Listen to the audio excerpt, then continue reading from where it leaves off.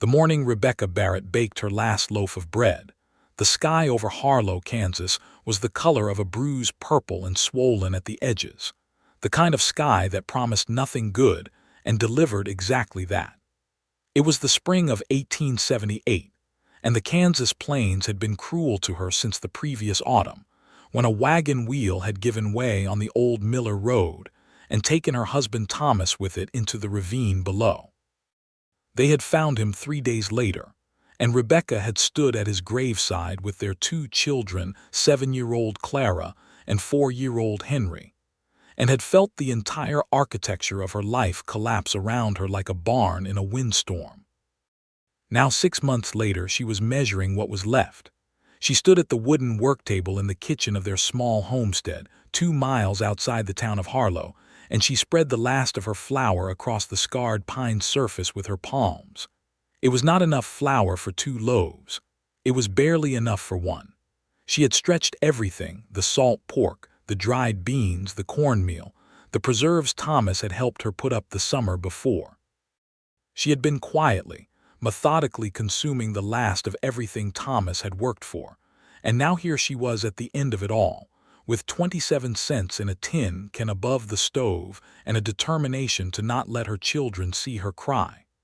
Clara was sitting at the table doing her letters on a slate board. Henry was outside in the yard, chasing the one remaining chicken they had not yet eaten, talking to it the way he talked to everything, with a complete and guileless love that broke Rebecca's heart every single morning. She began to work the dough. Her hands knew this task so well they could do it without her mind's participation, which was perhaps a mercy, because her mind was occupied with the terrible arithmetic of survival. She had already decided she would not keep the bread for herself. She and the children had eaten yesterday a thin soup with the last heel of cornbread, and they would eat again tomorrow somehow, because that was what mothers did. They found a way. They always found a way. But she could not stop herself from acknowledging, in the deep, honest part of herself that she kept hidden from Clara and Henry, that she was not entirely sure how she was going to find a way this time. The dough came together under her hands, smooth and yielding and smelling of something warm and human and alive, and she shaped it into a loaf and set it in the pan near the heat of the stove.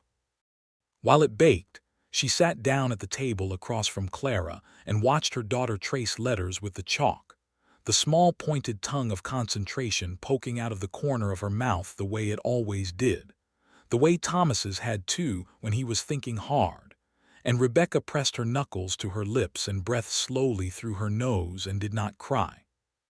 When the bread was done, it came out golden and perfect and smelling like something a person ought to be grateful for, and Rebecca stood there holding it with her dishcloth and made her decision with the swift clarity of someone who has already spent all her grief and arrived at something harder and cleaner on the other side of it.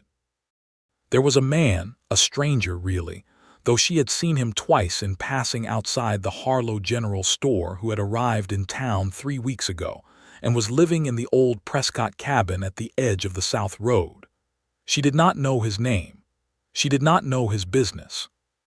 What she knew was that Hazel Greer at the general store had mentioned in passing that the fellow seemed to be having a hard time of settling, that he had come in looking trail-worn and hollow-cheeked, and had purchased only the cheapest cuts of dried jerky and a small tin of coffee, and that he had the look of a man who had been riding a long road and had not yet decided whether to stop. Rebecca did not know why this stranger's situation had lodged itself in her mind. Perhaps it was because she, too, had the look of someone who had been on a long road. Perhaps it was because, in the stripped-down economy of genuine hardship, she recognized something in what Hazel had described that made the man real to her, not a stranger but simply another person who was struggling. Or perhaps it was simpler than that. Perhaps it was that she had one loaf of bread and nothing left to lose by giving it away. She wrapped the loaf in the clean flour sack she had been saving, tied it with a piece of twine, and told Clara she was stepping out for a short while, and that Clara was to keep an eye on Henry and not let him wander toward the creek. She walked the half-mile to the south road in the cooling afternoon, carrying the wrapped loaf in both hands like an offering. The Prescott cabin was small and weathered, its gray boards bleached by years of Kansas sun and wind. There was a decent horse tied at the post out front, a strong buckskin, which told her at least that the man was not entirely without means, and a worn pair of saddlebags hanging over the porch rail. She could hear no movement inside. She walked up the 2 steps to the porch and set the loaf down carefully in front of the door. She hesitated for only a moment, then reached into the pocket of her apron and pulled out the small scrap of paper she had written on before leaving the house. It said simply, "From a neighbor. You are welcome here." She tucked the note under the twine on the loaf and walked home through the long grass with the setting sun at her back, feeling lighter somehow, in the way that giving something away can make you feel, especially when it cost you everything you had. She did not expect anything to come of it. It was simply bread. It was simply a note. It was a widow's last gesture toward the idea that the world contained more kindness than cruelty, and that needed to be actively maintained, like a garden or a fire. She went home and made a thin porridge for supper from the last of the oats she had found at the back of the larder, and she sat her children down, and Clara said grace with great seriousness the way she always did, and Henry ate with his spoon in one fist and his free hand flat on the table the way he had since he was barely old enough to sit upright, and Rebecca watched them both with a love so enormous it was almost indistinguishable from pain. She did not think about the stranger again that night. She had too many other things to think about. What she did not know, what she could not have known, was that Marcus Ellsworth came back to the Prescott cabin that evening after dark, having spent the day riding the property lines of a piece of land he was considering purchasing from the Dunmore family on the far north edge of the Harlow Valley, and that when he found the wrapped loaf on his step, he stood there for a long time in the dark before he crouched down and picked it up. He was 34 years old, and he had been riding for most of the past year, since his cattle operation in southern Missouri had been swallowed whole by a combination of bad weather, a failed bank, and a business partner who turned out to be neither honest nor particularly sorry about it. He had left Missouri with his horse, his rifle, his father's pocket watch, and enough money to ride west for a good while before he had to make a real decision about where he was going to plant himself next. He had been following the word of people who knew land, that Kansas had good soil in the valleys, that a man with modest capital and genuine willingness to work could still build something real here if he chose the right stretch of ground. He had arrived in Harlow 3 weeks ago and had been moving slowly, carefully, the way a man does when he has made expensive mistakes before and does not intend to repeat them. He had been eating lean because he was conserving what he had, and because honestly, in the particular hollow loneliness of his recent history, food had become something he simply consumed without much interest. He unknotted the twine with his trail-roughened fingers and unfolded the flour sack and looked at the loaf in the faint silver light coming off the quarter moon. He read the note twice, "From a neighbor. You are welcome here." And then he sat down on the porch step with the bread in his lap, and he held it for a while before he broke off a piece. And when he finally tasted it, still faintly warm from the baking, perfectly salted, soft in the center and crisp at the crust, something cracked open in his chest that had been sealed for a long time, something that tasted of home and ordinary human warmth, and the profound simple comfort of being thought of by another person.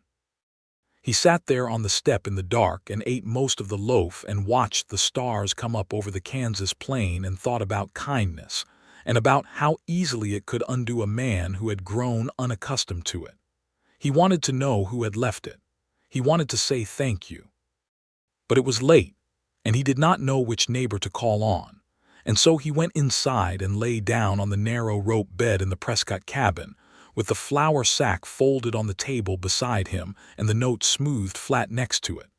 And he lay awake for longer than he expected, thinking about warm bread and an anonymous kindness, and the particular quality of the Kansas stars outside the window. The next morning he rode into Harlow to speak with old Dunmore about the land deal, and on his way through town he stopped at the general store to replenish his supplies. Hazel Greer was behind the counter, small and sharp-eyed and friendly in the particular way of people who know everyone's business and consider it a form of community service.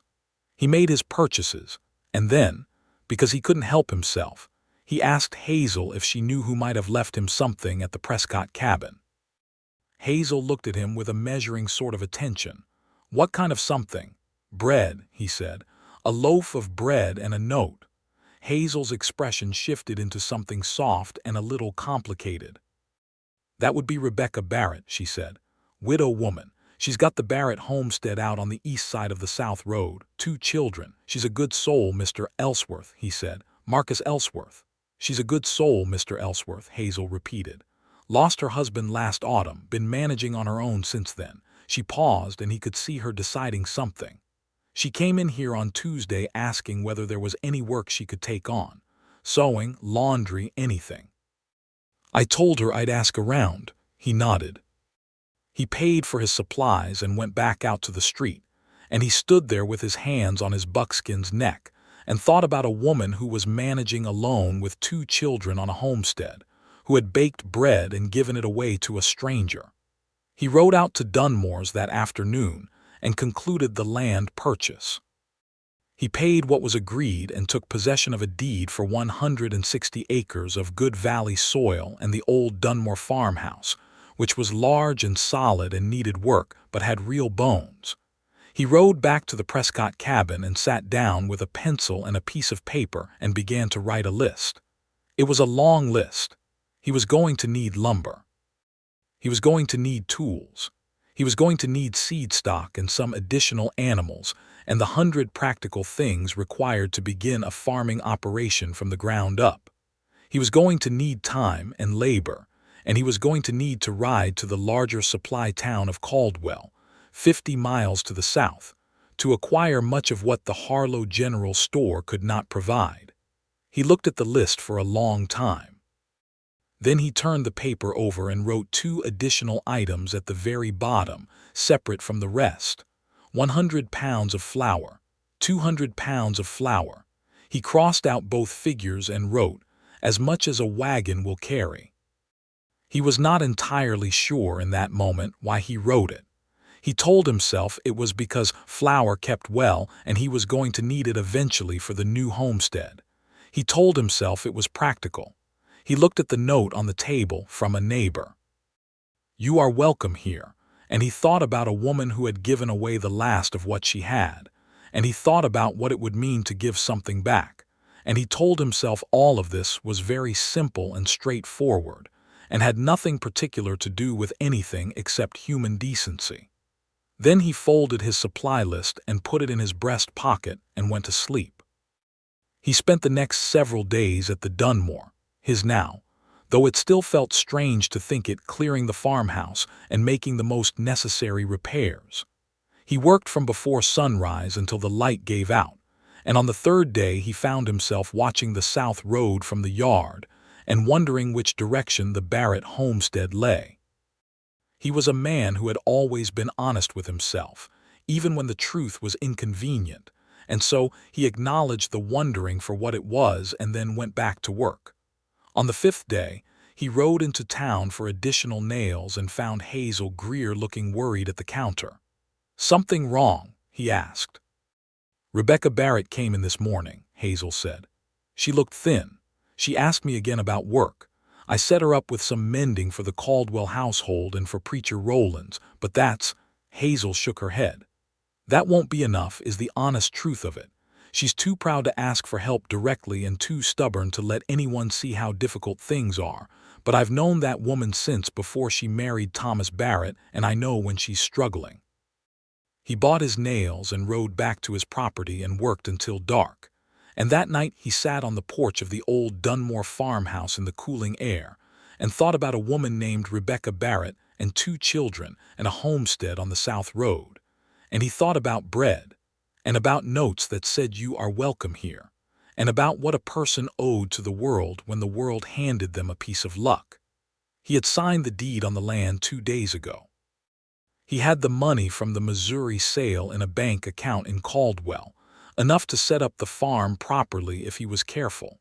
He had more than most people he had met on this road had, and he knew it. He stood up from the porch and went inside and wrote a second list. The next morning, before the town was fully awake, he rode to the Barrett homestead. He almost turned back twice on the way there. He was not entirely sure what he intended to say, or whether it was his place to say anything at all. The woman had left him bread and a note. She had not asked for anything in return. There was a real possibility that showing up on her doorstep would be unwelcome, or presumptuous, or simply strange, and he was a man who did not generally traffic in strange. But he kept riding, because the alternative was to ride back to his farm and carry on knowing that there was a woman 2 miles away who was quietly running out of everything, and he found he couldn't do that. The Barrett homestead was modest, a wooden house in fair repair, a small barn that had seen better years, a kitchen garden plot that had been carefully tended but was still bare in the early spring. There was a little boy in the yard when Marcus rode in, 4 or so years old, chasing a red chicken with tremendous dedication and no success whatsoever. The boy stopped and looked at Marcus on his buckskin with large, solemn brown eyes. "That your chicken?" Marcus said, stopping his horse.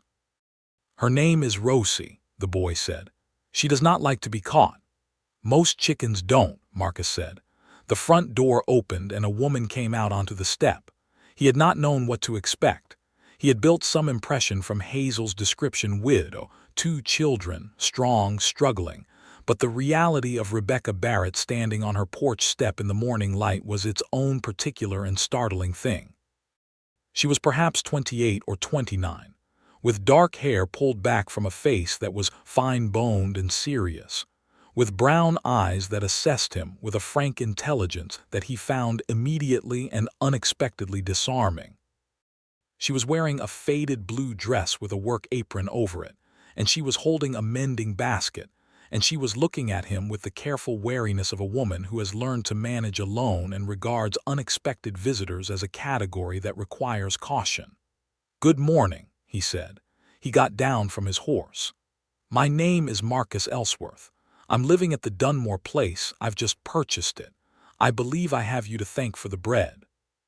Something moved across her face, not quite embarrassment, not quite surprise, something more composed than either of those. "You found it," she said.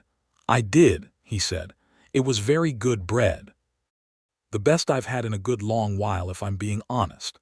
"It was just bread," she said. "It was a kindness," he said. "I came to say thank you and to ask if I might be of some use to you." The careful wariness in her eyes sharpened into something more guarded. "I'm managing fine," she said. "I don't doubt it," he said. "But I'm new to this land and I don't know it yet. I could use help understanding the soil, the water situation, the lay of the valley. You've been here how long?" 6 years, she said, after a pause. 6 years is a lot of knowledge, he said. "I'd be glad to pay for your time if you'd be willing to talk through some of what I'll be up against come planting season." It was a polite fiction and they both knew it, but she was intelligent enough to understand what he was offering beneath the fiction, and she was practical enough just barely to accept it. "I have mending to finish this morning," she said. "You could come back after midday dinner." "I'll do that," he said. He put his foot back in the stirrup. "I'm sorry for the loss of your husband, Mrs. Barrett." She looked at him for a moment. "Thank you," she said quietly, with the particular dignity of someone who has said thank you for this particular thing many times and is still not accustomed to it.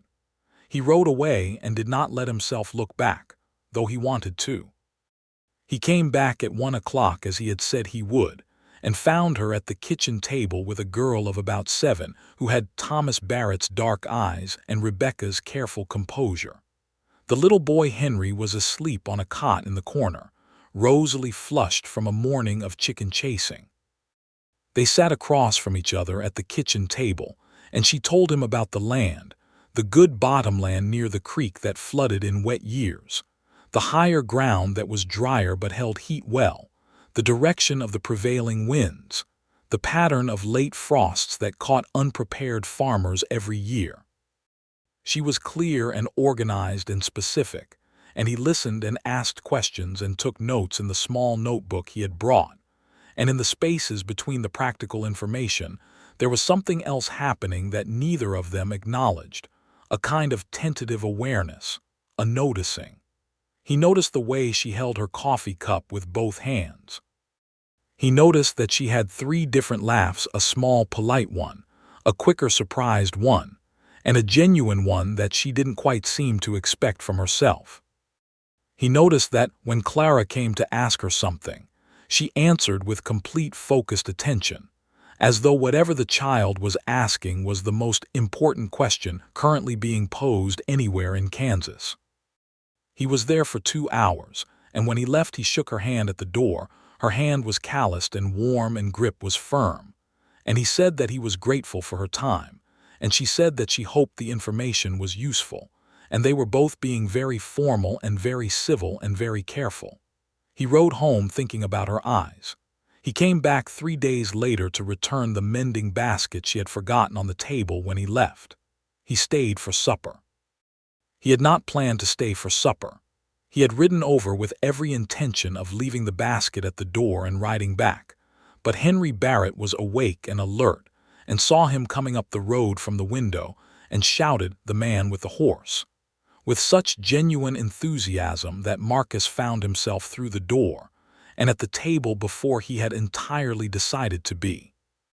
Supper was a bean soup with dried onion and some cornbread that Clara had helped make, and it was simple and good, and Marcus ate it with the focused gratitude of a man who has been eating his own very mediocre cooking for several weeks and knows what he's been missing. Clara asked him approximately 40 questions about Missouri and horses, and whether he had ever seen a mountain. Henry sat next to him with the unself-conscious physical ease of a child who has decided to trust someone, leaning gradually sideways until his shoulder rested against Marcus's arm, and Marcus found that he did not mind this at all. Rebecca watched all of it from across the table with that composed, measuring expression he was beginning to recognize, and when the children were put to bed, she came back to the table and they talked for another hour, not about land or farming but about other things, about Missouri and Kansas, about the particular loneliness of the plains in winter, about books they had both read, about what Thomas had been like before he died. Because she offered that in a quiet moment and Marcus listened with the whole of his attention, without trying to fill the silence or redirect the conversation or make it easier on himself. He was a good man, she said. He was funny in a dry way that sneaked up on you. He was very patient. She stopped. He was a good man, she said again. That is the simplest and most complete true thing. That's not a small thing to be, Marcus said. No, she said, it isn't. He rode home in the dark, and the Kansas air was cold and clean, and the stars were extraordinary. And he thought about her, and about the enormous patience required to keep going when the person you built your life with was suddenly not there anymore. And he thought that Rebecca Barrett was one of the strongest people he had ever met, and that the strength was not the hard, impervious kind, but the deep, flexible kind, the kind that can be moved without breaking. He was back the following week, and the week after that. It was not a courtship, exactly. Or rather, it was a courtship that neither of them was willing to call by that name yet. It was 2 people finding reasons to be in each other's company, and discovering, each time, that the company was something they had been missing without quite knowing it. He helped her repair the sagging barn door that Thomas had been meaning to fix. She came with the children to see the Dunmore farmhouse, and walked through the rooms with the focused interest of someone who has an eye for what a space could become, pointing out which windows let in the best morning light, and which floorboards needed attention. He found himself making notes about her observations, and then standing at the window she had pointed to, and watching the way the morning light came in and thinking about her. By the end of the 2nd month after their first meeting, he knew he was in love with her, in the quiet, full, specific way that a man in his mid-30s falls in love, not with the consuming theatrical urgency of youth, but with something steadier and more certain, a recognition rather than a discovery, as though he had known her before and was simply finding her again. He also knew, with equal certainty, that it was too soon to say so. She was still in the first year of her widowhood. She was still finding her footing. The last thing she needed was a man arriving with feelings she had not asked for, and pressure she could not handle on top of everything else she was managing. He had made expensive mistakes before by moving too fast, and he had learned the value of patience. And so he said nothing and kept coming back and helped where he could and let the rest develop at its own pace. What he did not know was that she was having a conversation almost identical to this one with herself. At the same time, lying awake in her bedroom in the dark and listening to the wind move across the Kansas plain, thinking that she had no business feeling what she was feeling, that it was too soon and too complicated, and that she had 2 children who depended on her, and could not afford the disruption of a man who might decide Kansas wasn't for him after all and ride back east by summer. She thought about his hands, which were large and careful and always doing something useful. She thought about the way he listened with his whole body, leaning slightly forward, actually absorbing what you said rather than waiting for his turn to speak. She thought about the way he was with Henry, who had decided with the complete illogical certitude of a 4-year-old that Marcus Ellsworth was his best friend in the world, and had begun saving interesting rocks to show him when he visited. She thought about the way he was with Clara, who was watchful and careful with new people the way her mother was, and who had nevertheless begun, over these weeks, to address him with the particular tentative warmth of a child who is cautiously hopeful. She thought about all of this, and then she thought, "It is too soon, and I am being foolish, and what I feel is simply gratitude and loneliness wearing the costume of something else." She thought this very firmly and with great conviction, and then she thought about the way he had looked at her last Tuesday when she laughed at something he said, not the polite laugh or the surprised one but the real one, and she knew she was lying to herself. But she kept lying to herself, with discipline, for another 3 weeks, until the afternoon that Sheriff Dawes rode out to her property. Sheriff Howard Dawes was a heavy-set man with a drooping mustache and the manner of someone who found his own job slightly distasteful. He came up to her door in the late afternoon while Marcus happened to be there, helping her replace the cracked step on her front porch. "Afternoon, Mrs. Barrett," Dawes said, not quite meeting her eyes. "I've got some news you won't be happy to hear." Marcus straightened up from the step. Rebecca set down the wood she was holding. "Thomas had a debt," Dawes said. "With Alderman Vick. You may know Alderman Vick. He runs the lending business out of Caldwell. Thomas took a loan against the property about 1.5 years before he died. Vick has been patient, he says, given the circumstances of your widowhood, but the patience has run out. He wants to be paid. If he isn't paid by the 1st of next month, he's within his rights to take the property." Rebecca stood very still. The afternoon light was warm and golden and completely indifferent to the cold that had settled in her chest. "How much?" she said. Dawes named a figure. It was not a ruinous amount by some scales, but by hers, by the scale of a woman with 27 cents in a tin can over the stove. It was impossible. "Thank you for telling me," she said, in the same voice she used when she was telling Clara there was no more sugar for the porridge. Calm. Absolutely level. Dawes tipped his hat and rode back toward town, and Rebecca turned back to the porch step and picked up the wood she had set down and held it in both hands and stared at it. "Rebecca," Marcus said. "I'll work it out," she said. "I know you will," he said, "but you don't have to work it out alone." She looked at him then, really looked at him, and something in her very carefully maintained composure wavered. "I can't accept money from you," she said. "You know that." "I know that," he said. "That's not what I'm suggesting." He set down his hammer and sat on the porch railing and looked at her with the direct, honest expression she had come to trust over these weeks. "Hazel tells me Vic is a man who makes his business preying on people in hard circumstances. Half the farmers between here and Caldwell have had some brush with him. He sets his terms to look reasonable long enough for people to settle in, and then he tightens them when they're too rooted to run. That's very helpful information, she said, with an edge in her voice that she hadn't quite intended. What I'm suggesting, Marcus said, is that we go to Caldwell together and speak to a lawyer.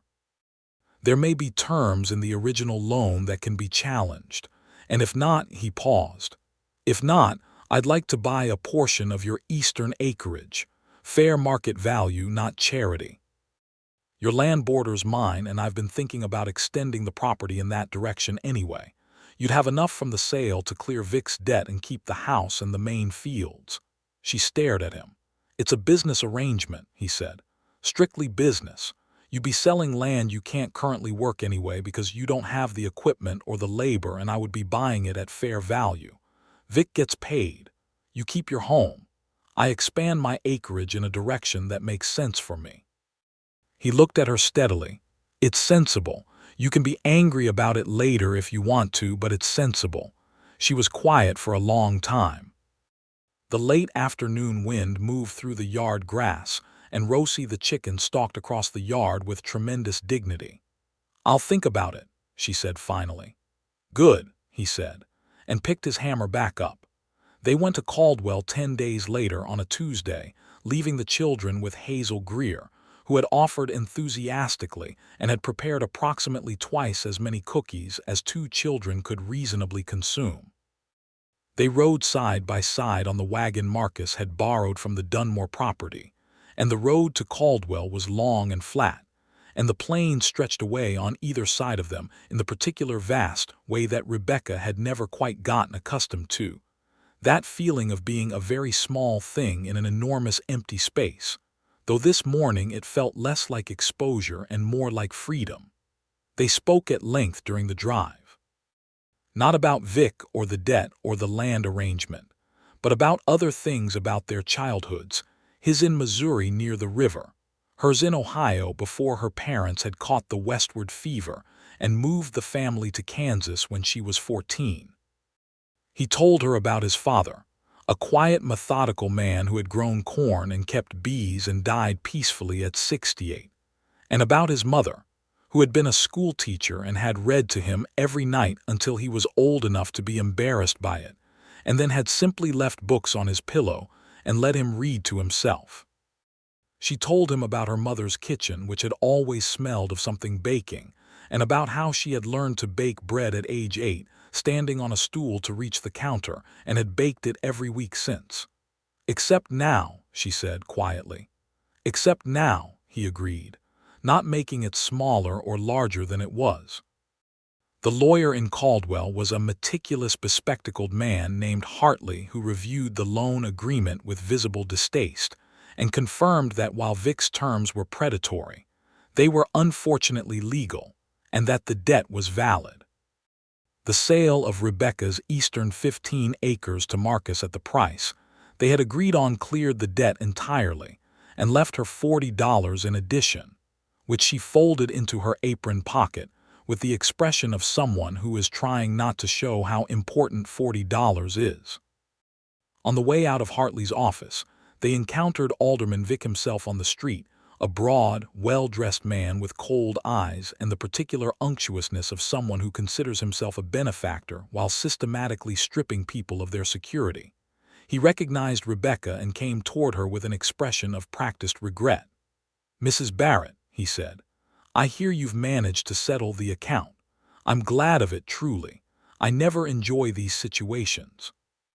"I'm sure," Rebecca said, in a tone of such perfect and deadly politeness that Marcus had to work very hard to keep his face still. "And who is this?" Vic said, looking at Marcus. "Marcus Ellsworth," Marcus said. "I'm the one who just paid you. Good day." He took Rebecca's elbow and steered her down the boardwalk, and she led him for exactly 2 steps before she recovered herself and walked on her own. But she was smiling, the real laugh, or almost it, and he was smiling too. And for a moment, walking down the Caldwell boardwalk in the warm spring afternoon, they were just 2 people who liked each other, with no particular weight on the moment beyond that. They stopped for a meal at the hotel restaurant before the drive home, because they had been up since before dawn, and because Rebecca said very practically that it was a long drive and they ought to eat. And Marcus said that was very sensible, and said nothing else about the fact that this was the first time they had sat across a table from each other somewhere other than her kitchen, in a public room, with other people around them. She ordered coffee and a steak, which he liked enormously for reasons he couldn't entirely articulate. She ate the steak with the focused appreciation of someone who has been eating very lean for a long time, and he ate his and watched her and thought about all of it. About the bread she had left on his step, about the month since, about the land and the children and Vic's cold eyes, and about the woman across the table from him who had offered kindness from her last reserves, and had asked for nothing and was now, quietly, eating a steak she had more than earned. The drive home was long and the sun went down while they were still on the road, and the stars came up the way they did on the plains, all at once, extravagantly, with no subtlety whatsoever. They talked less on the way home and the quiet was comfortable, the kind of quiet that develops between people who have been through something together and no longer need to fill the air. At some point in the darkness she said quietly, "Thank you, Marcus," he said, "you would have found a way without me." She was quiet for a moment. "Maybe," she said, "but this was a better way." He didn't say anything to that. He thought quite a lot, but he didn't say it. When they arrived back in Harlow and collected the children from Hazel, Henry was asleep across 2 chairs and had to be carried to the wagon, and he woke up just enough to say "Marcus" in a drowsy certain way, and put his hand flat on Marcus's chest as he was being settled. And Marcus stood there in Hazel's lamplight holding a sleeping 4-year-old with his hand on his chest, and felt something shift in him with the finality of a key turning in a lock. He drove them home and helped carry Henry inside, and Clara walked beside him sleepily holding his hand, and Rebecca lit the lamp in the kitchen and said good night in a voice that was warm and low and careful. He rode back to his farm in the dark and told himself to be patient and to let things take their time. 3 days later he left for the South. He had been planning this trip since before he left Missouri, a supply run to the larger markets south of Caldwell and beyond, to Wichita, where he could get better prices on seed and tools and material than the smaller towns along the valley offered. He needed to be gone for approximately 2 to 3 months to do it properly, to make all the arrangements, to bring back everything the new farm required for its first real season. He told Rebecca he was going. He rode out to the homestead the morning he was leaving, which he told himself was only practical since her property was more or less on the way south, and found her in the kitchen garden turning the early soil with a short-handled spade. She looked up when she heard his horse, and he saw something cross her face that she immediately and efficiently composed away, but not before he saw it. "You're heading out," she said.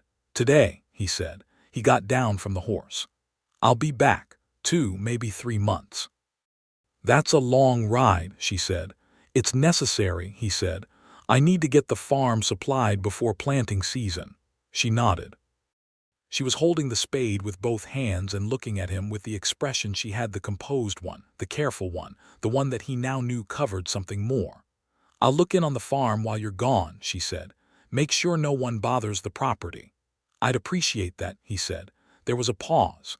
The early morning was very quiet except for bird song and the distant sound of Henry somewhere in the yard calling for Rosie. "Rebecca," he said. She looked at him. He had several things he wanted to say. He had been composing them for weeks, actually, with the same care he brought to everything, weighing the words and the timing and the question of whether it was right yet or still too soon. He looked at her in the morning light, the dark hair and the steady brown eyes and the spade in her hands and the turned earth at her feet, and he made a decision. "I intend to come back," he said. "Not just to the farm." She was very still. "I'm telling you that now so that you have the time while I'm gone to decide what you think about it. I don't want to put you in a position where you feel obligated to anything. You don't owe me anything. But I want you to know that what I'm thinking when I ride south today is that I plan to come back to this town and this valley and to do my honest best to convince you that I would be a good man to have in your life, in all of your lives." He paused. That's what I'm telling you. You don't have to say anything about it now." She was quiet for what felt like a very long time, but was probably only a few seconds. Her expression had changed in a way he couldn't entirely read. It was not the composed look, and it was not the laugh, and it was not the careful wariness. It was something more open than any of those. "You should know," she said finally, "that I am not easily convinced of most things." "I know that," he said. "I'm counting on it, actually." Something that might have been the beginning of a smile moved across her mouth. "Go do what you need to do, Marcus," she said. "Come back when you say you will." He rode south feeling lighter than he had in years. The months away were not easy, but they were purposeful, which was different from easy and in many ways better. He rode to Wichita and made arrangements with 2 separate suppliers for seed grain and farm tools. He contracted with a lumber dealer for the additional building material, the farmhouse repairs required. He purchased 2 more horses, 3 cows, and a dozen chickens from a farm east of Wichita where a family was breaking up and selling everything. And he bought flour. He bought a great deal of flour. He bought it from a mill outside Wichita, good strong wheat flour in 50-pound sacks, more than he would need for a year of his own baking, far more than a single man required. He arranged for it to be loaded on the wagon he hired to carry the larger supplies back north, and the wagon man raised his eyebrows at the quantity, and Marcus said he had a large family to feed and left it at that. While he was traveling, he wrote letters. He wrote to Rebecca twice practical letters, about the farm and the land and what he was acquiring, with enough of himself in the margins that they were clearly not entirely about farming. She wrote back once. From what she could tell by the return date was the week after his first letter arrived, a letter that was indeed mostly about the farm. She had checked the property as she had said. Everything was in order, there had been rain, the south field would be good for planting, but which also contained, in the last paragraph, the following: "Clara has been asking questions about Missouri that I have been unable to answer, so I told her she would have to ask you directly when you returned. Henry has decided that Rosie is your chicken as much as his, and has been saving the first egg of each morning for your return. I find I agree with his instincts about most things." He read that last sentence several times in the lamplight of his rented room in Wichita, and then folded the letter and put it in his breast pocket next to his father's watch, and sat there smiling at the wall for a good long while. He was gone almost exactly 3 months. He had promised 2 to 3, and he delivered on the longer end, because the lumber arrangement had taken extra time to negotiate. But he sent word ahead with a rider, so that she would know approximately when to expect him. He rode back into the Harlow Valley on a Thursday morning in late summer, leading the hired wagon piled high with supplies, with the 2 additional horses trailing behind on a long lead, and the cows following placidly, and the chicken crates stacked at the back, making considerable noise about the whole business. And at the rear of the wagon, under a canvas cover tied down against the road dust, were the flour sacks, 40 of them, 50-pound sacks of fine wheat flour, 2,000 pounds, stacked carefully and arranged with more thought than strictly necessary, because he had spent a great deal of time during the long drive north thinking about how to present this, and had concluded that you could not overthink a thing like this. You could only do it honestly. He did not go to his farm first. He drove up the south road to the Barrett homestead in the long warm light of the summer morning, the wagon wheels raising pale dust from the road, the horses well rested from the last night's stop and moving easily. He could see the house from a quarter-mile away, and then the kitchen garden, which was full and green now in a way it hadn't been when he left, and then the small figure of Henry Barrett in the yard, who saw the wagon coming and began to run toward the road. Marcus pulled up at the gate, and Henry reached him with the breathless urgency of someone who has been waiting for something important and has refused to give up on it. His small face was flushed and his brown eyes were enormous. "You came back," Henry said, as though he had perhaps worried privately that this might not happen. "I said I would," Marcus said. Henry considered this with the solemn, thorough attention of a child weighing a person's reliability against the available evidence, and then nodded. "I saved all the eggs," he said. "There are a lot of them now." "I'm glad to hear it," Marcus said. The front door opened and Clara came out first, at a dignified walk that fooled no one. She was moving as fast as a 7-year-old girl could move while still technically walking, and behind her came Rebecca. She came out onto the porch step and stopped, and looked at him across the yard, and he looked at her. And there was a moment, one of those moments that exists separately from time, that you know even while it is happening you will remember for the rest of your life, in which everything was simply the two of them looking at each other in the summer morning light, and everything that had happened over the past months.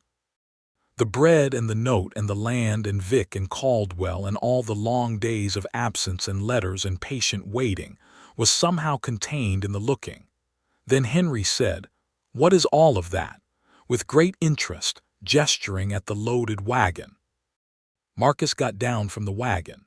He walked to the back and untied the corner of the canvas and folded it back so that the flour sacks were visible, 40 white burlap sacks stacked in careful rows, each one stamped with the mill name in blue ink. He looked at Rebecca, who had come down from the porch step and was walking toward the wagon with Clara beside her and Henry already climbing the wheel to look.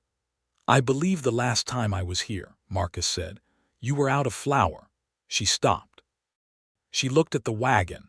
She looked at him. Something moved through her face that was more than the laugh and more than the composed expression, something open and full and completely unguarded. "Marcus Ellsworth," she said, "that is a great deal of flour." "I may have overestimated," he said. "Or not, I'm hoping not." She stood there looking at the flour sacks and then at him, and Clara was looking between them with the sharp perceptiveness of a 7-year-old who understands more than adults expect her to, and Henry was sitting on a flour sack saying it smells good with enormous satisfaction. "Come inside," Rebecca said. "I'll make coffee." He unhitched the wagon and settled the horses, and by the time he came into the kitchen she had the coffee going and a plate of biscuits on the table. She had evidently baked that morning, because the kitchen had the warm, settled smell of recent baking, and the biscuits were golden and still faintly warm. Clara sat at the table and began immediately to ask her questions about Missouri, working from a mental list she had clearly been compiling for 3 months. Henry arranged his saved eggs on the table with careful ceremony. Marcus answered Clara's questions with complete seriousness, and admired the eggs with equal seriousness and drank his coffee, and across the table Rebecca watched all of this with the expression he loved most, the one she couldn't quite contain, the one that was all the way alive. After the children had been fed and Clara had taken Henry outside to play, they sat alone at the table in the warm kitchen, and the summer morning moved around the house, and Marcus looked at Rebecca across the table. "I meant what I said before I left," he said. "I know you did," she said. "I've had 3 months to think about it."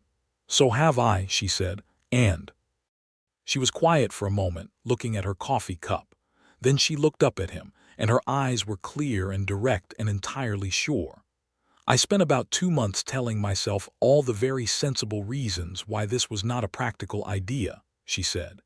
"And then I spent the 3rd month accepting that I was not being honest with myself, and that I had in fact known since approximately the 3rd time you sat at this table what I thought about you." He waited. "What I think," she said, "is that you are a good man, not in a small way, in the particular way that Thomas was, which I did not expect to find again and which I am—" She stopped. She looked at her hands. "I am glad you came back," she said. "I am very glad you came back." He reached across the table and covered her hand with his. She turned her hand over and held his, and they sat like that in the kitchen with the coffee going cool and the sounds of the children outside, and it was simple and enormous and entirely right. He did not rush the rest. He was, as she had been discovering, a patient man in the ways that mattered.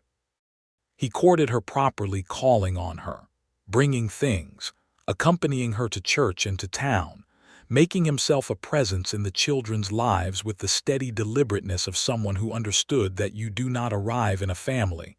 You become part of one, slowly and honestly, through accumulated trust. Henry's trust was already entirely given. It had been given that first morning in the yard with the chicken, and required only maintenance, which Marcus provided through the medium of patient interest in rocks, eggs, animals, and all the endless fascinating phenomena that a 4-year-old presents for adult consideration. Henry began calling him Marcus without the formal address of a surname, the way you call someone who is simply there, simply present, simply yours. Clara was more careful. She was her mother's daughter in that, and Marcus respected it. He did not push or perform or try to win her. He simply showed up consistently, treated her with the same level of adult seriousness he brought to her mother's ideas, and waited. By the end of August, she had begun to show him her drawings, careful pencil drawings of horses and houses, and people that were genuinely accomplished for a child her age. And he looked at them with real attention and asked real questions. And she watched his face while he looked to make sure he meant it. And when she was satisfied that he did, she gave him one to keep. He pinned it to the wall of the Dunmore farmhouse next to the window that let in the best morning light. In September, he asked Hazel Greer, over the counter of the general store, where he might find a preacher who conducted weddings. He asked this quietly and without preamble because he was not a man who required a great deal of theatrical build-up. Hazel stared at him for one electric moment, then composed herself with great dignity. "Preacher Rowlands," she said. "He's at the church on Pine Street." "Thank you," Marcus said.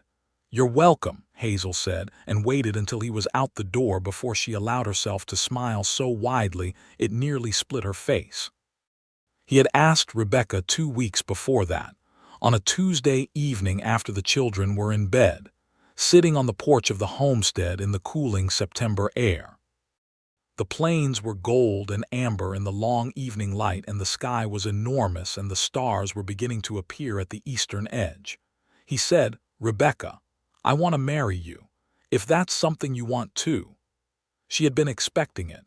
She had been expecting it for weeks in the particular way of someone who knows a thing is coming and is quietly, privately, preparing herself to receive it. She turned to look at him and she thought about Thomas, and she gave that thought the full, honest space it deserved. She was not replacing him. She was not forgetting him. She was not diminishing what they had built together. She was a living woman with living children and a living heart, and the person beside her was a real and specific man who had earned her trust one day at a time for 6 months, and the heart, she had learned, was not a finite resource. It did not run out. It expanded to hold what was true. "Yes," she said, "that's what I want." He put his arm around her and she leaned into him, and they sat on the porch in the September evening, while the stars came out one by one over Kansas, and neither of them needed to say anything else. They were married on the 3rd Saturday of October, 1878, in the Harlow church, with preacher Rowlands officiating and Hazel Greer crying with such uncomplicated joy that it made everyone else in the small congregation want to cry too, which several of them did.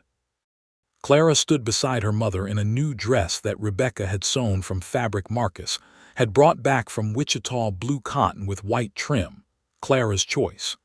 And she held a small bouquet of late-season wildflowers with both hands and watched the ceremony with grave, attentive eyes, and did not cry but looked, at the end, as though she might have, if she had been willing to. Henry, dressed in his best shirt, fell asleep in Hazel's arms halfway through the proceedings but woke up for the end and was told that Marcus was his new papa, which he received with the same solemn certainty with which he received all information he had already privately decided was correct. "I know," he said, and then asked if there was cake. There was cake. Hazel had made it, a proper layered cake with sugar frosting, and the whole small congregation ate it in the churchyard in the October sunshine.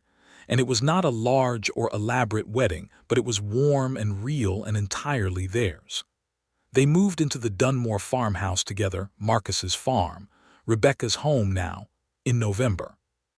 It was a larger house than the Barrett homestead, with room enough for the children to have their own spaces and a kitchen that was twice the size of the old one, with a proper iron stove and a wide work table that Rebecca stood at for the first time and ran her hands along the surface and said quietly, "This is a good table." Marcus leaned against the doorframe watching her. "I thought you'd like it," he said. She turned around and looked at him with the expression that was all the way open, all the way alive. "I am going to bake so much bread in this kitchen," she said. He laughed. "I'm counting on it," he said. "We have the flour for it."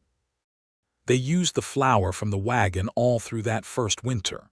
Rebecca baked in the new kitchen with the ferocity of someone who has been denied the pleasure for too long, and the farmhouse smelled of bread and warmth all through the short gray Kansas days. Marcus kept the stoves going and repaired the remaining places where the house let in the cold, and read to Clara in the evenings from the books his mother had sent with a letter of welcome to Rebecca that had made Rebecca read it 3 times, and then press it flat in the back of her Bible. Henry grew 2 inches over the winter and developed a comprehensive obsession with the 3 cows Marcus had brought back from Wichita, naming them with the same dedicated thoroughness he brought to all animal relationships. He named one of them Thomas, which he announced at the breakfast table one morning, and there was a moment of careful quiet around the table before Rebecca said, "That's a good name," in a clear, steady voice, and Marcus agreed that it was, and Clara nodded once, and Henry was satisfied.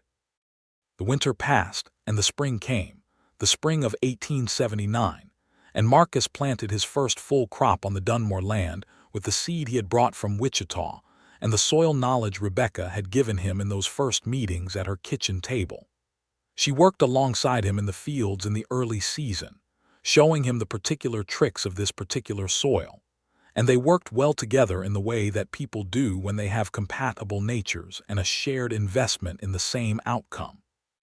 There was hard work and there was difficulty. There always is on the plains in any year, because the weather is not sentimental and the land makes its own demands. There was a hailstorm in late April that took out a section of the young wheat and required replanting. There was a problem with the well that took Marcus and 2 hired hands a week to diagnose and fix. There were days that stretched from before dawn to after dark and ended with both of them too tired for conversation.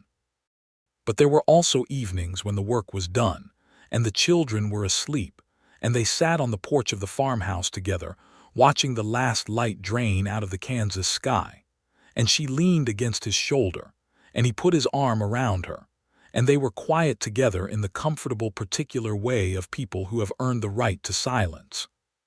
She told him once on one of those evenings that she had been afraid for a long time after Thomas died that the world was only going to get smaller, that everything was going to keep contracting, less flour, less money, less safety, less room to breathe, until there was nothing left. She had not let the children see that fear. She had kept it to herself and had kept moving and had kept finding reasons to do small good things, like baking bread for a stranger, because she had learned from her mother that you maintain the world's kindness by practicing it, especially when you were running out. "And now," he said. She looked out at the plains, at the darkening sky and the first stars.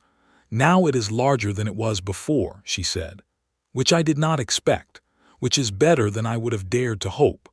He held her tighter and she let him, and the stars came out in their extravagant Kansas way, and the farm was quiet and warm and full of life. Summer came and the wheat grew tall and the harvest was good. Not exceptional, but solid, enough to sell a surplus at the Harlow market and to put aside reserves for the winter with room to spare. Marcus handled the selling at market with the patient, careful competence he brought to everything, and Rebecca came with him on the second market day and stood beside him at their table and talked prices and quality with the other farmers' wives with a directness that Marcus found enormously attractive, watching her from the corner of his eye while pretending to be occupied with the weighing.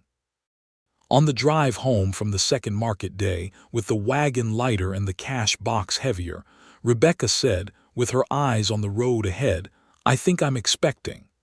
He turned to look at her. She was biting the corner of her smile, which was the expression she had when she was trying to contain something large. "Rebecca," he said. "It's early still," she said.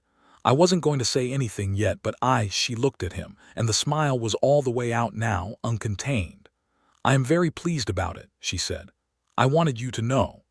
He pulled the wagon to a stop in the middle of the road, which was empty in both directions for as far as you could see in that particular Kansas way. He put down the reins and took her face in both hands and kissed her, thoroughly and with complete disregard for the fact that they were sitting in a stopped wagon in the middle of the Harlow Road in broad daylight, and she kissed him back with equal disregard.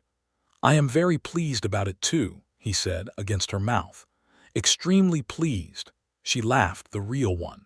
"Drive the wagon, Marcus," she said.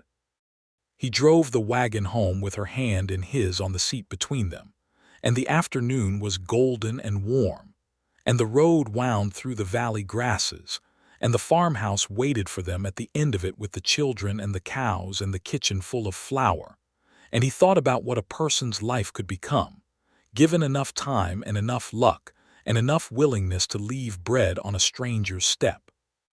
The pregnancy progressed through the autumn without difficulty, and Rebecca continued to run the household and manage the kitchen garden and oversee Clara's lessons and manage Henry's expanding social relationships, which now included the cow named Thomas and 2 of the 3 Dunmore farm dogs, and the rather reserved but ultimately affectionate tabby cat that had arrived on the porch in September and declined to leave.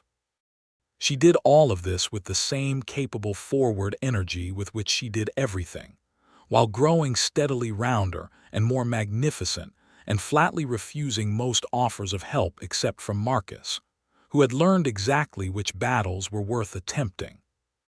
Clara, informed of the impending addition to the family, processed this information with her characteristic methodical thoroughness, and then announced that she thought a brother would be most logical, because Henry needed someone closer to his age to talk to, since she was nearly 8 and found some of his interests, while charming, not particularly stimulating.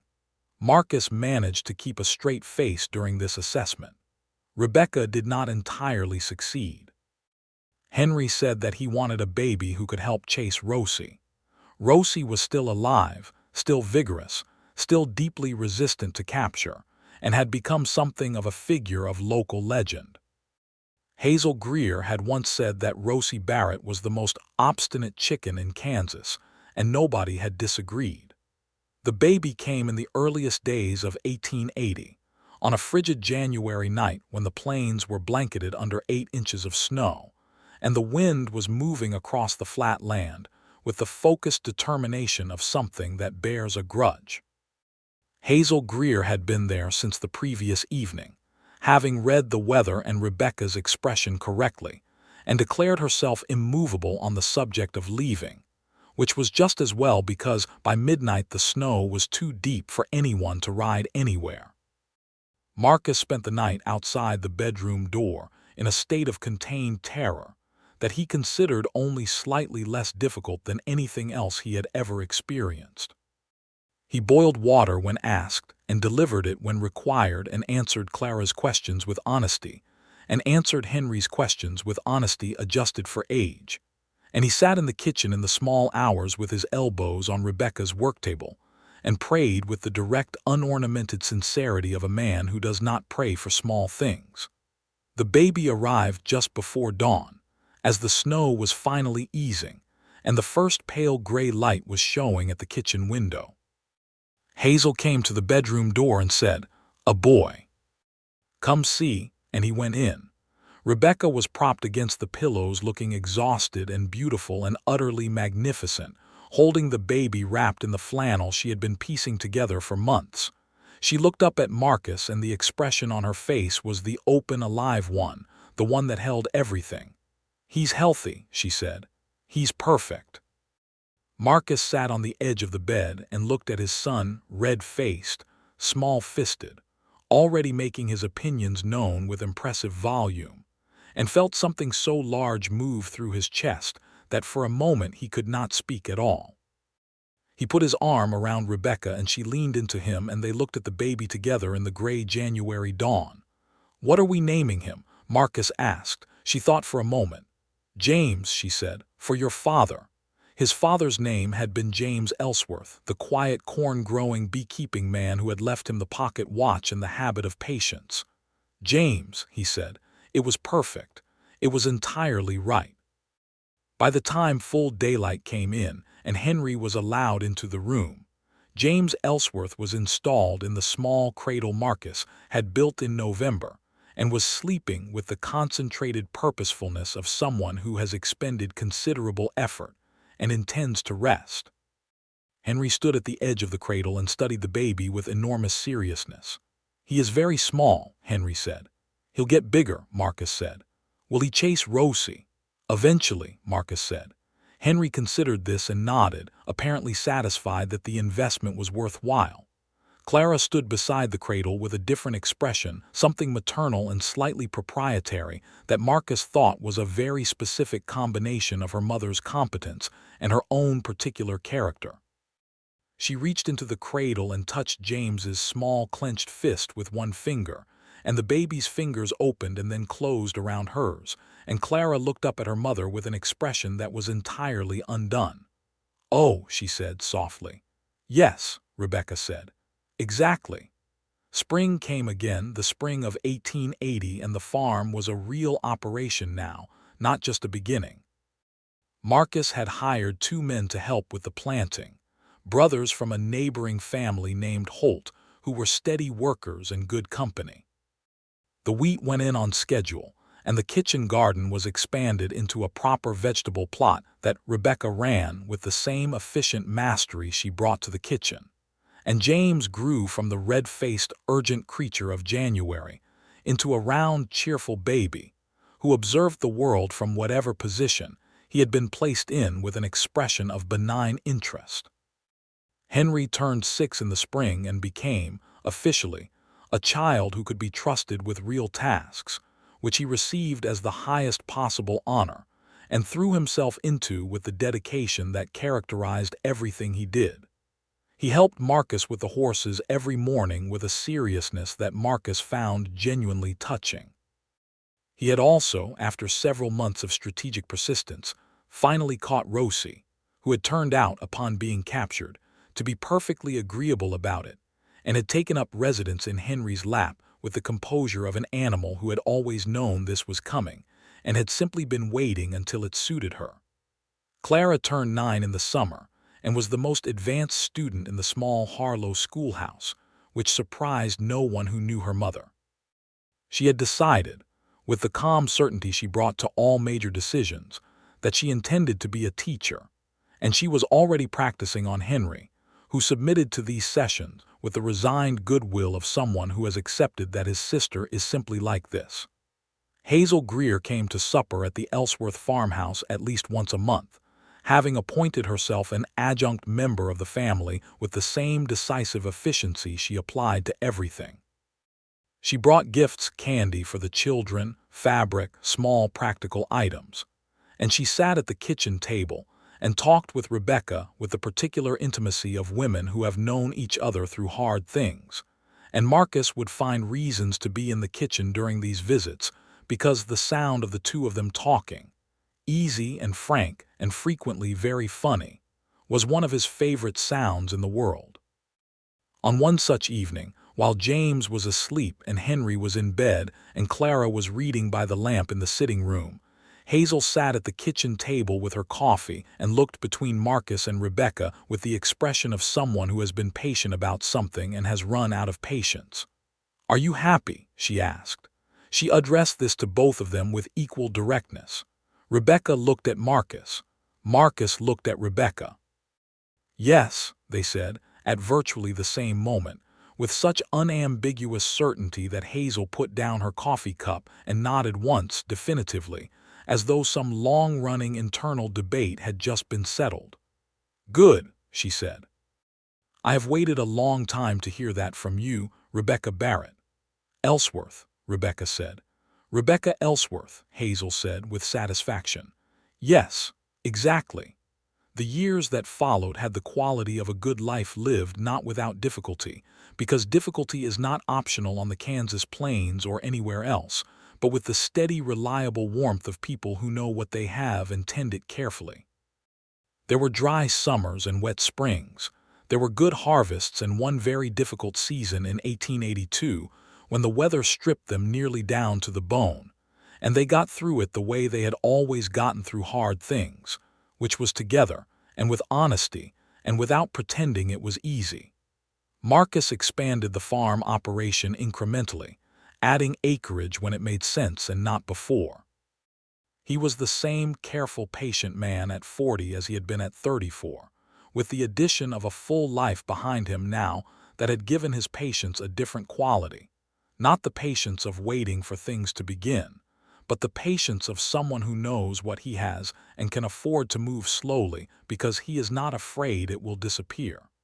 Rebecca baked bread every week. She baked it in the big kitchen of the Dunmore farmhouse with James at her feet, and eventually, when he was old enough, at her elbow, the same way she had learned from her mother, standing on a stool to reach the counter, small hands working the dough with intense concentration. She baked for the family and for neighbors and for the church supper, and for anyone who came to the door, because she had learned from the hardest part of her life that bread given away freely was the truest form of wealth she knew, and she had never stopped believing it. She told Marcus this one evening, standing at the work table with flour on her hands, and he looked at her from across the kitchen where he was mending a harness strap, and he said, "I know. You changed my life with a loaf of it." She looked at him over her shoulder. "You changed mine with a wagon full of flour." He put down the harness and came to her, and kissed her with flour on her hands, and the kitchen warm, and the evening settling over the plains. And outside in the yard, Clara was teaching Henry something from a schoolbook, and James was sitting in the doorway of the barn, communing with the cat with the seriousness of a child who finds cats morally significant.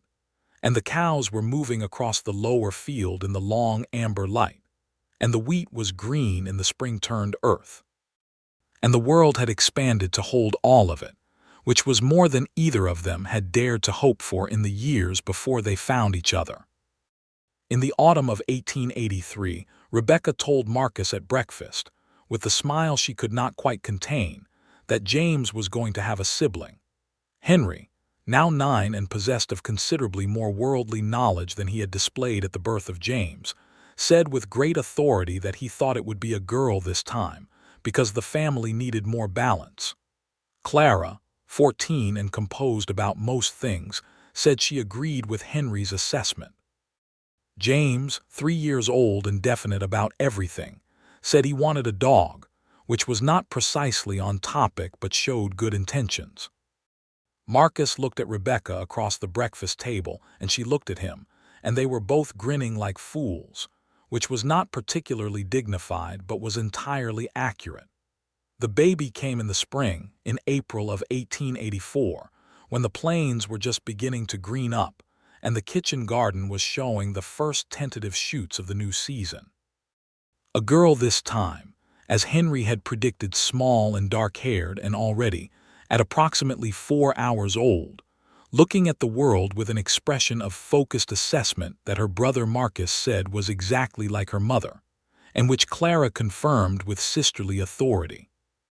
They named her Eleanor after Rebecca's mother, who had taught her to bake bread in an Ohio kitchen 30 years before, standing on a stool to reach the counter, with her small hands in the flour. Eleanor Ruth Ellsworth. The room was warm and the morning was clear, and James stood at the edge of the bed with Marcus's hand on his shoulder and looked at the baby with solemn eyes. "She is very small," he said, exactly as Henry had once said, in exactly the same place in the same solemn tone. "She'll get bigger," Rebecca said from the pillows. "Will she chase Rosie?" he asked. Hazel Greer, present and immovable as always, made a sound from the corner that might have been a laugh. "Rosie is 13 years old," Marcus said. "I'm not sure Rosie will still be with us." Henry, present for this, said firmly, "Rosie will outlive all of us," and nobody argued, because there was good reason to believe he was right. The years settled into themselves the way years do when the life being lived inside them is the right one. Clara grew into the teacher she had decided to be, taking a position at the Harlow School at 18 with the same methodical certainty that had characterized everything she ever decided. She was good at it, genuinely gifted, with the patience and the specific kind of attention that good teaching requires. And the children in the Harlow schoolhouse had the considerable luck of being educated by someone who took them entirely seriously.